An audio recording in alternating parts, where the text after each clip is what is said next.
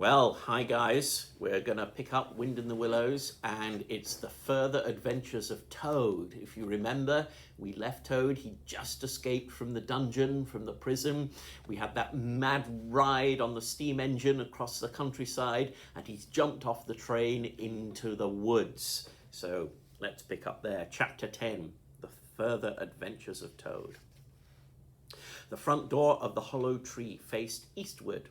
So Toad was called at an early hour, partly by the bright sunlight streaming in on him, partly by the exceeding coldness of his toes, which made him dream that he was at home in bed in his own handsome room with the Tudor window on a cold winter's night. And his bedclothes had got up, grumbling and protesting they couldn't stand the cold any longer, and had run downstairs to the kitchen fire to warm themselves. And he had followed on bare feet along miles and miles of icy, stone-paved passages, arguing and beseeching them to be reasonable. He would probably have been aroused much earlier had he not slept for some weeks on straw over stone flags, and almost forgotten the friendly feeling of thick blankets pulled well up round the chin. Sitting up, he rubbed his eyes first and his complaining toes next, wondered for a moment where he was, looking round for familiar stone wall and little barred window. Then, with a leap of the heart, remembered everything: his escape, his flight, his pursuit. Remembered, first and best thing of all, that he was free. Free! The word and the thought alone were worth 50 blankets. He was warm from end to end as he thought of the jolly world outside, waiting eagerly for him to make his triumphal entrance, ready to serve him and play up to him, anxious to help him and to keep him company, as it always had been in days of old before misfortune fell upon him. He shook himself and combed the dry leaves out of his hair with his fingers, and his toilet complete, marched forth into the comfortable morning sun, cold but confident, hungry but hopeful, all nervous terrors of yesterday dispelled by rest and sleep and frank and heartening sunshine. He had the world all to himself that early summer morning. The dewy woodland, as he threaded it, was solitary and still. The green fields that succeeded the trees were his own to do as he liked with. The road itself, when he reached it, in that loneliness that was everywhere, seemed like a stray dog to be looking anxiously for company. Toad, however, was looking for something that could talk and tell him clearly which way he ought to go. It is all very well when you have a light heart and a clear conscience and money in your pocket, and nobody scouring the country for you to drag you off to prison again, to follow where the road beckons and points, not caring whither. The practical Toad cared very much indeed, and he could have kicked the road for its helpless silence when every minute was of importance to him.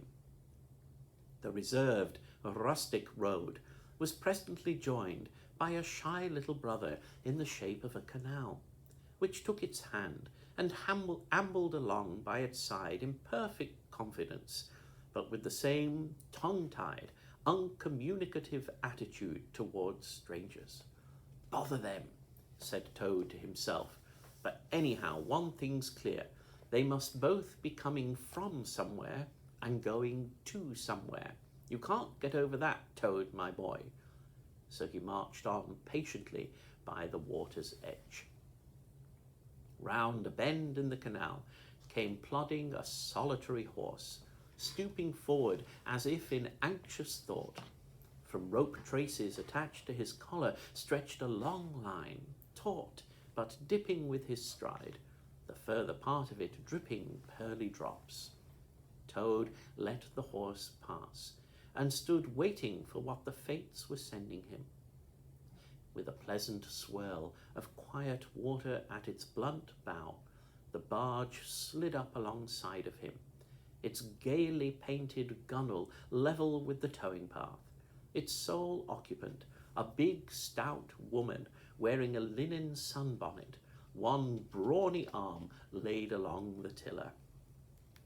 "A nice morning, ma'am," she marked to Toad as she drew up level with him. "I dare say it is, ma'am," responded Toad politely as he walked along the towpath abreast of her. "I dare say it is a nice morning to them that's not in sore trouble like what I am. Here's my married daughter. She sends off to me post-haste to come to her at once. So off I comes, not knowing what may be happening or going to happen, but fearing the worst, as you will understand, ma'am, if you're a mother too. And I've left my business to look after itself. I'm in the washing and laundering line, you must know, ma'am, and I've left my young children to look after themselves, and a more mischievous and troublesome set of young imps doesn't exist, ma'am. And I've lost all my money and lost my way. And as for what may be happening to my married daughter, why, I don't like to think of it, ma'am." "Where might your married daughter be living, ma'am?" asked the barge woman. "She lives near to the river, ma'am," replied Toad, "close to a fine house called Toad Hall. That's somewheres hereabouts in these parts. Perhaps you may have heard of it." "Toad Hall? Why, I'm going that way myself," replied the barge woman.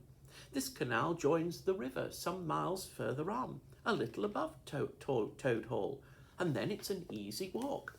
You come along in the barge with me, and I'll give you a lift."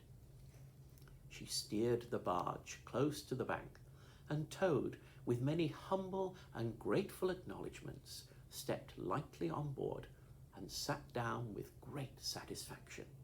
"Toad's luck again," thought he. "I always come out on top." "So you're in the washing business, ma'am?" said the barge woman politely as they glided along. "And a very good business you've got too, I dare say, if I'm not making too free in saying so." "Finest business in the whole country," said Toad airily. "All the gentry come to me. Wouldn't go to anyone else if they were paid. They know me so well. You see, I understand my work thoroughly and attend to it all myself. Washing, ironing, clear starching, making up gents' fine shirts for evening wear. Everything's done under my own eye." "But surely you don't do all that work yourself, ma'am?" asked the barge woman respectfully. "Oh, I have girls," said Toad lightly. 20 girls or thereabouts, always at work. But you know what girls are, ma'am.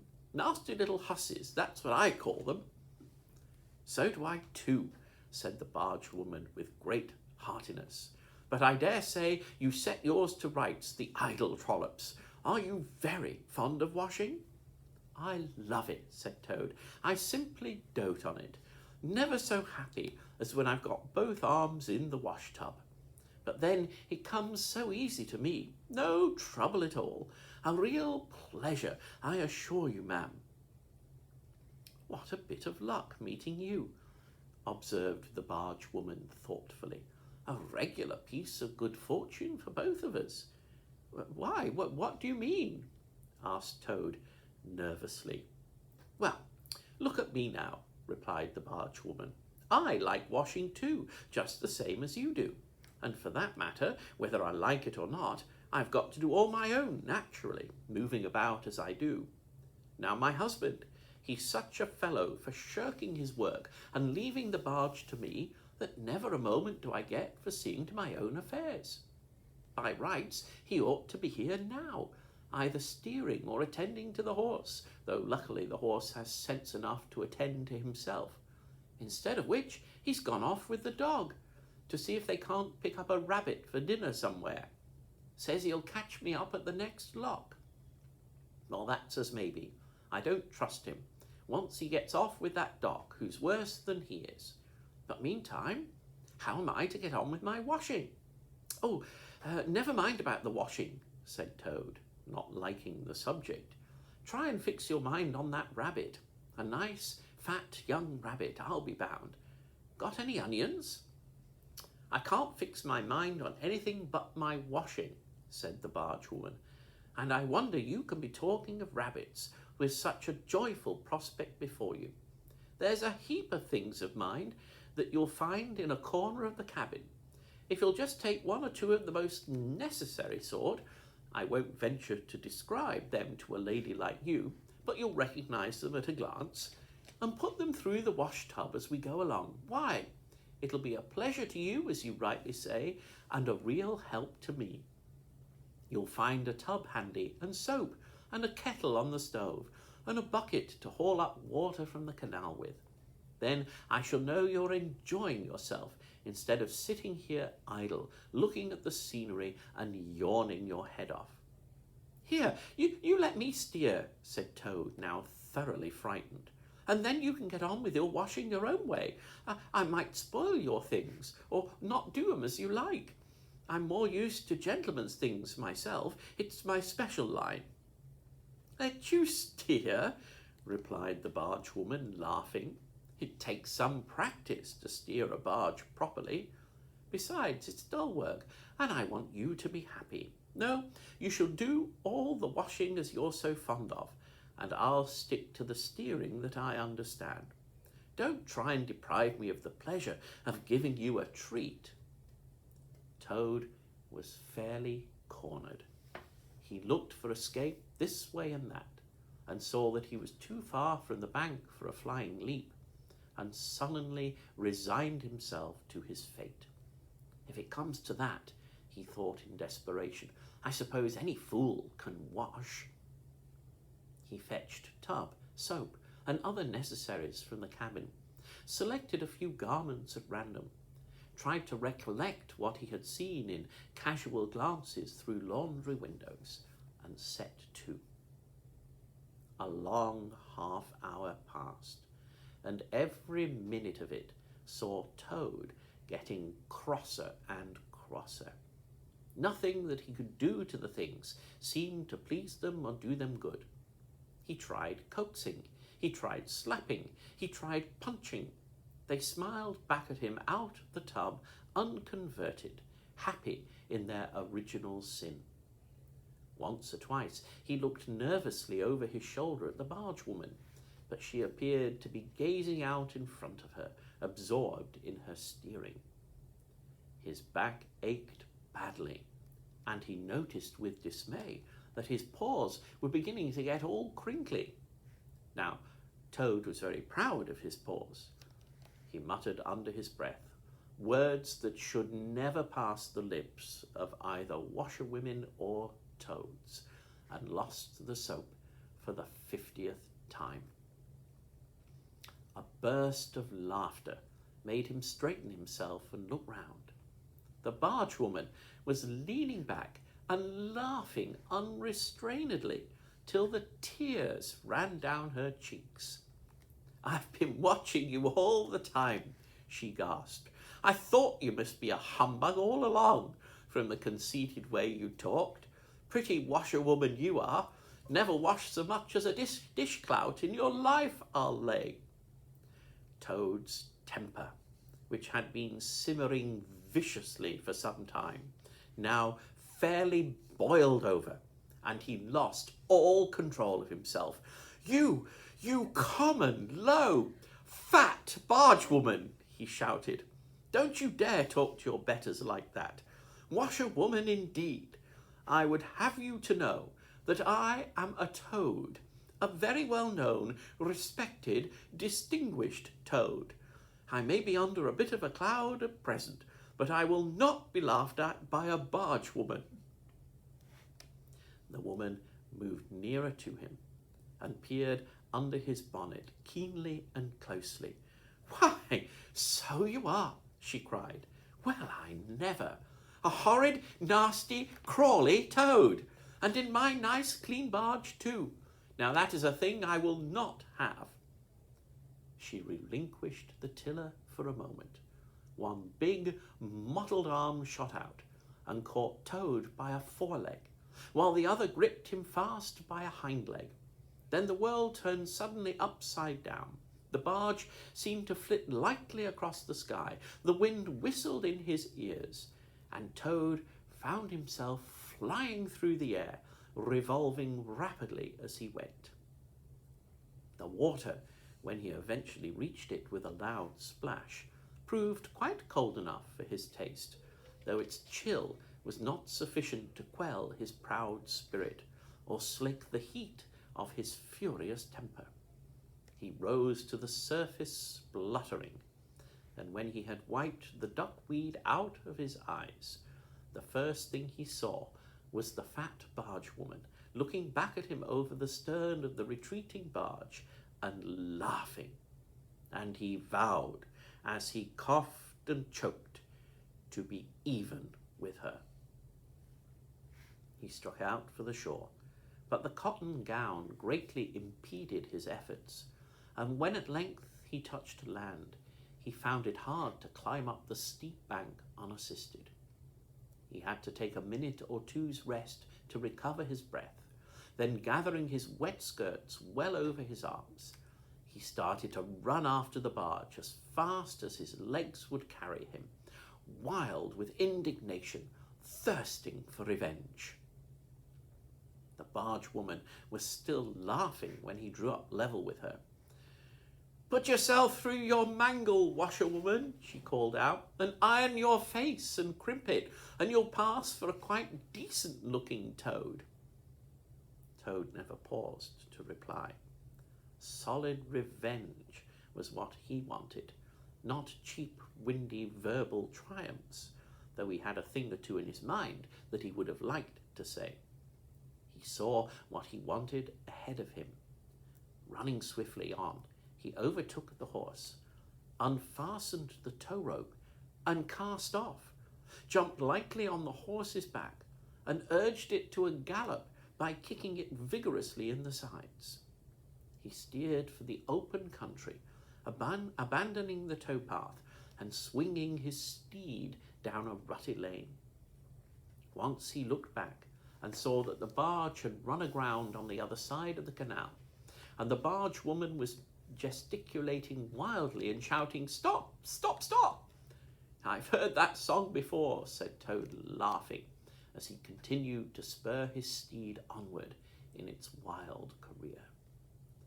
The barge horse was not capable of any very sustained effort, and its gallop soon subsided into a trot, and its trot into an easy walk. But Toad was quite contented with this, knowing that he at any rate was moving, and the barge was not. He had quite recovered his temper, now that he had done something he thought really clever, and he was satisfied to jog along quietly in the sun, steering his horse along byways and bridle paths, and trying to forget how very long it was since he had had a square meal, till the canal had been left very far behind him. He had travelled some miles, his horse and he was feeling drowsy in the hot sunshine, when the horse stopped, lowered his head, and began to nibble the grass. And Toad, waking up, just saved himself from falling off by an effort. He looked about him and found he was on a wide common, dotted with patches of gorse and bramble as far as he could see. Near him stood a dingy gypsy caravan, and beside it was a man sitting on a bucket turned upside down, very busy smoking and staring into the wide world. A fire of sticks was burning nearby, and over the fire hung an iron pot, and out of that pot came forth bubblings and gurglings and a vague, suggestive steaminess.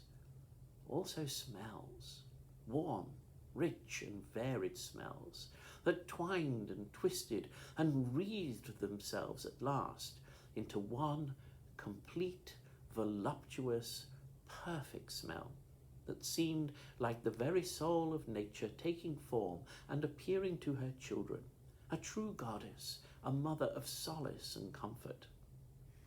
Toad now knew well that he had not been really hungry before. What he had felt earlier in the day had been a mere trifling qualm.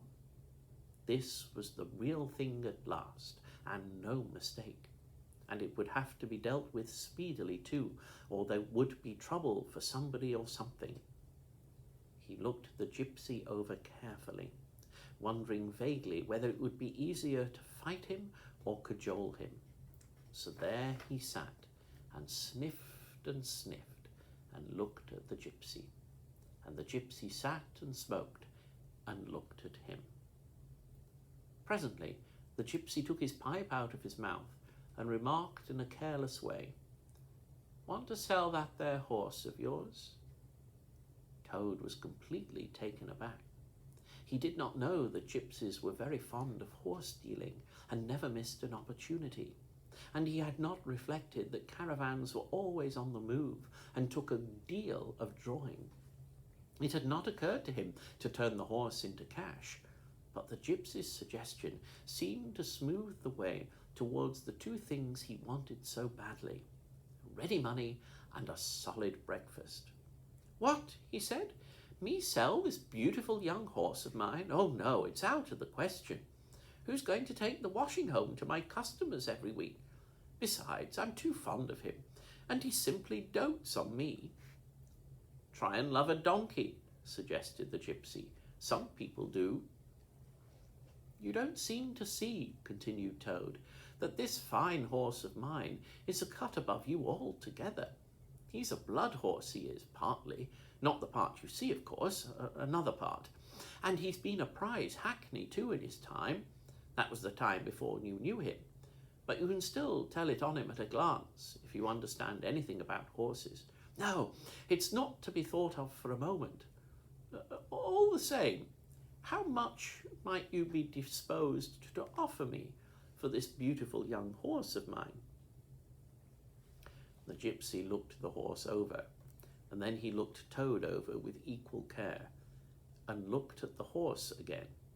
"Shilling a leg," he said briefly, and turned away, continuing to smoke and try to stare the wide world out of countenance. "A shilling a leg?" cried Toad. "If you please, I must take a little time to work that out and see just what it comes to." He climbed down off his horse and left it to graze, and sat down by the gypsy, and did sums on his fingers, and at last he said, "A shilling a leg? Why, that comes to exactly 4 shillings, and no more. Oh no, I could not think of accepting 4 shillings for this beautiful young horse of mine."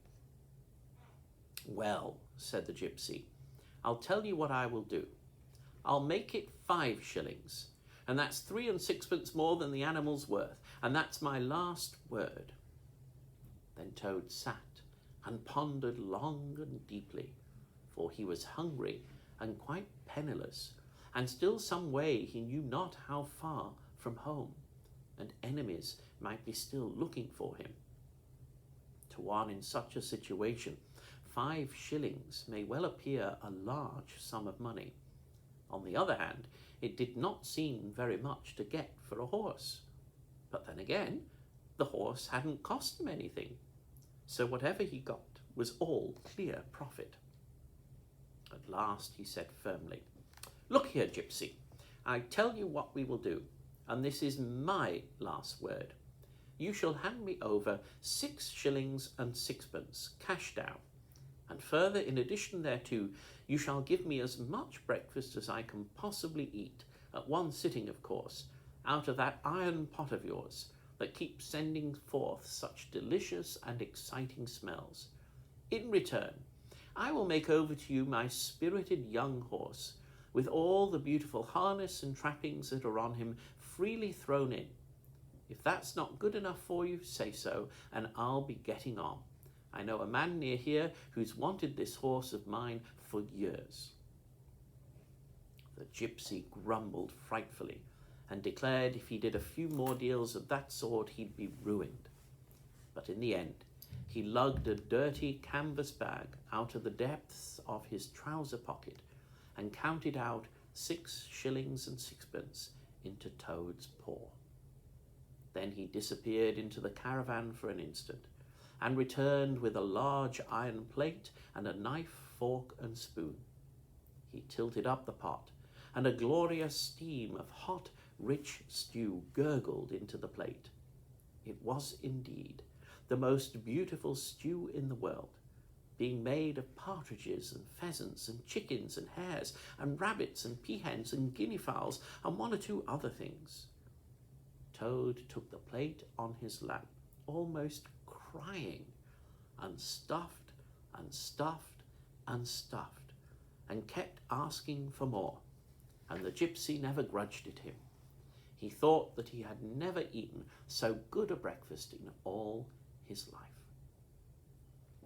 When Toad had taken as much stew on board as he thought he could possibly hold, he got up and said goodbye to the gypsy, and took an affectionate farewell of the horse. And the gypsy, who knew the riverside well, gave him directions which way to go, and he set forth on his travels again in the best possible spirits. He was indeed a very different Toad from the animal of an hour ago. The sun was shining brightly. His wet clothes were quite dry again. He had money in his pocket once more. He was nearing home and friends and safety, and most and best of all, he had had a substantial meal, hot and nourishing, and felt big and strong and careless and self-confident. As he tramped along gaily, he thought of his adventures and escapes, and how, when things seemed at their worst, he had always managed to find a way out. And his pride and conceit began to swell within him. "Ho, ho," he said to himself as he marched along with his chin in the air. "What a clever Toad I am! There is surely no animal equal to me for cleverness in the whole world. My enemies shut me up in prison, encircled by sentries, watched night and day by warders. I walk out through them all by sheer ability, coupled with courage. They pursue me with engines and policemen and revolvers. I snap my fingers at them and vanish laughing into space. I am unfortunately thrown into a canal by a woman fat of body and very evil-minded. What of it? I swim ashore, I seize her horse, I ride off in triumph, and I sell the horse for a whole pocketful of money and an excellent breakfast. Ho, ho, I am the Toad, the handsome, the popular, the successful Toad." He got so puffed up with conceit that he made up a song as he walked in praise of himself, and sang it at the top of his voice, though there was no one to hear it but him. It was perhaps the most conceited song that any animal ever composed. The world has held great heroes, as history books have showed, but never a name to go down to fame compared with that of Toad. The clever men at Oxford knew all that there is to be known, and they none of them knew one half as much as intelligent Mr. Toad. The animals sat in the ark and cried. Their tears in torrents flowed. Who was it said, "There's land ahead," encouraging Mr. Toad? The army all saluted it as they marched along the road. Was it the King or Kitchener? No, it was Mr. Toad. The Queen and her ladies-in-waiting sat at the window and sewed. She cried, "Look, who's that handsome man?" They answered, Mr. Toad. There was a great deal more of the same sort, but too dreadfully conceited to be written down. These are some of the milder verses. He sang as he walked, and he walked as he sang, and got more inflated every minute. But his pride was shortly to have a severe fall. After some miles of country lanes, he reached the high road, and as he turned into it and glanced along its white length, he saw approaching him a speck that turned into a dot, and then into a blob, and then into something very familiar, and a double note of warning, only too well known, fell on his delighted ear. "This is something like," said the excited Toad. "This is real life again. This is once more the great world from which I have been missed so long. I will hail them, my brothers of the wheel, and pitch them a yarn of the sort that has been so successful hitherto, and they will give me a lift, of course, and then I will talk to them some more, and perhaps, with luck, it may even end in my driving up to Toad Hall in a motor car. That will be one in the eye for Badger." He stepped confidently out into the road to hail the motor car, which came along at an easy pace, slowing down as it neared the lane, when suddenly he became very pale. His heart turned to water, his knees shook and yielded under him, and he doubled up and collapsed with a sickening pain in his interior.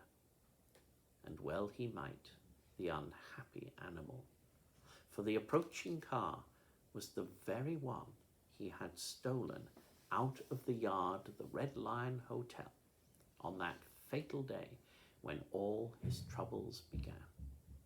And the people in it were the very same people he had sat and watched at luncheon in the coffee room. He sank down in a shabby, miserable heap in the road, murmuring to himself in his despair, "It's all up. It's all over now. Chains and policemen again. Prison again. Dry bread and water again. Oh, what a fool I have been. What did I want to go strutting about the country for, singing conceited songs and hailing people in broad day on the high road, instead of hiding till nightfall and slipping home quietly by back ways? Oh, hapless Toad! Oh, ill-fated animal!" The terrible motor car drew slowly nearer and nearer, till at last he heard it stop just short of him. Two gentlemen got out and walked round the trembling heap of crumpled misery lying in the road, and one of them said, "Oh dear, this is very sad. Here is a poor old thing, a washerwoman apparently, who has fainted in the road. Perhaps she is overcome by the heat, poor creature, or possibly she has not had any food today. Let us lift her into the car and take her to the nearest village, where doubtless she has friends." They tenderly lifted Toad into the motor car and propped him up with soft cushions and proceeded on their way. When Toad heard them talk in so kind and sympathetic a way, and knew that he was not recognized, his courage began to revive, and he cautiously opened first one eye and then the other. "Look," said one of the gentlemen, "she is better already. The fresh air is doing her good. How do you feel now, ma'am?" "Thank you kindly, sir," said Toad in a feeble voice. "I'm feeling a great deal better." "That's right," said the gentleman. "Now keep quite still, and above all, don't try to talk." I won't," said Toad. "I was only thinking if I might sit on the front seat there, beside the driver, where I could get the fresh air full in my face, I should soon be all right again." "What a very sensible woman," said the gentleman. "Of course you shall." So they carefully helped Toad into the front seat beside the driver, and on they went again. Toad was almost himself again by now. He sat up, looked about him, and tried to beat down the tremors, the yearnings, the old cravings that rose up and beset him and took possession of him entirely. "It is fate," he said to himself. "Why strive? Why struggle?" And he turned to the driver at his side. "Please, sir," he said, I wish you would kindly let me try and drive the car for a little. I've been watching you carefully, and it looks so easy and so interesting. And I should like to be able to tell my friends that once I had driven a motor car." The driver laughed at the proposal so heartily that the gentleman inquired what the matter was. When he heard, he said to Toad's delight, "Bravo, ma'am, I like your spirit. Let her have a try and look after her. She won't do any harm." Toad eagerly scrambled into the seat vacated by the driver, took the steering wheel in his hands, listened with affected humility to the instructions given him, and set the car in motion, but very slowly and carefully at first, for he was determined to be prudent. The gentlemen behind clapped their hands and applauded, and Toad heard them saying, "How well she does it! Fancy a washerwoman driving a car as well as that the first time." Toad went a little faster, then faster still, and faster. He heard the gentleman call out warningly, "Be careful, washerwoman!" And this annoyed him, and he began to lose his head. The driver tried to interfere, but he pinned him down in his seat with one elbow and put on full speed. The rush of air in his face, the hum of the engines, and the light jump of the car beneath him intoxicated his weak brain. "Washerwoman indeed!" he shouted recklessly. "Ho, ho! I am the Toad, the motor car snatcher, the prison breaker, the Toad who always escapes. Sit still, and you shall know what driving really is, for you are in the hands of the famous, the skillful, the entirely fearless Toad." With a cry of horror, the whole party rose and flung themselves on him. "Seize him," they cried. "Seize the Toad, the wicked animal who stole our motor car. Bind him, chain him, drag him to the nearest police station. Down with the desperate and dangerous Toad." Alas, they should have thought. They ought to have been more prudent. They should have remembered to stop the motor car somehow before playing any pranks of that sort. With a half turn of the wheel, the Toad sent the car crashing through the low hedge that ran along the roadside. One mighty bound, a violent shock, and the wheels of the car were churning up the thick mud of a horse pond. Toad found himself flying through the air with the strong upward rush and delicate curve of a swallow. He liked the motion and was just beginning to wonder whether it would go on until he developed wings and turned into a toad bird, when he landed on his back with a thump in the soft, rich grass of a meadow. Sitting up, he could just see the motor car in the pond, nearly submerged. The gentleman and the driver, encumbered by their long coats, were floundering helplessly in the water. He picked himself up rapidly and set off running across country as hard as he could, scrambling through hedges, jumping ditches, pounding across fields, till he was breathless and weary and had to settle down into an easy walk. When he had recovered his breath somewhat and was able to think calmly, he began to giggle. And from giggling, he took to laughing. And he laughed till he had to sit down under a hedge. "Ho, ho!" he cried in ecstasies of self-admiration. "Toad again! Toad, as usual, comes out on the top. Who was it got them to give him a lift? Who managed to get on the front seat for the sake of fresh air? Who persuaded them into letting him see if he could drive? Who landed them all in a horse pond? Who escaped flying gaily and unscathed through the air, leaving the narrow-minded, grudging, timid excursionists in the mud where they should rightly be? Why, Toad, of course. Clever Toad. Great Toad. Good Toad." Then he burst into song again and chanted with uplifted voice. "The motor car went poop, poop, poop as it raced along the road. Who was it steered it into a pond? Ingenious Mr. Toad. Oh, how clever I am! How clever, how clever, how very clever." A slight noise at a distance behind him made him turn his head and look. Oh, horror! Oh, misery! Oh, despair! About 2 fields off, a chauffeur in his leather gaiters and 2 large rural policemen were visible, running towards him as hard as they could. Poor Toad sprang to his feet and pelted away again, his heart in his mouth.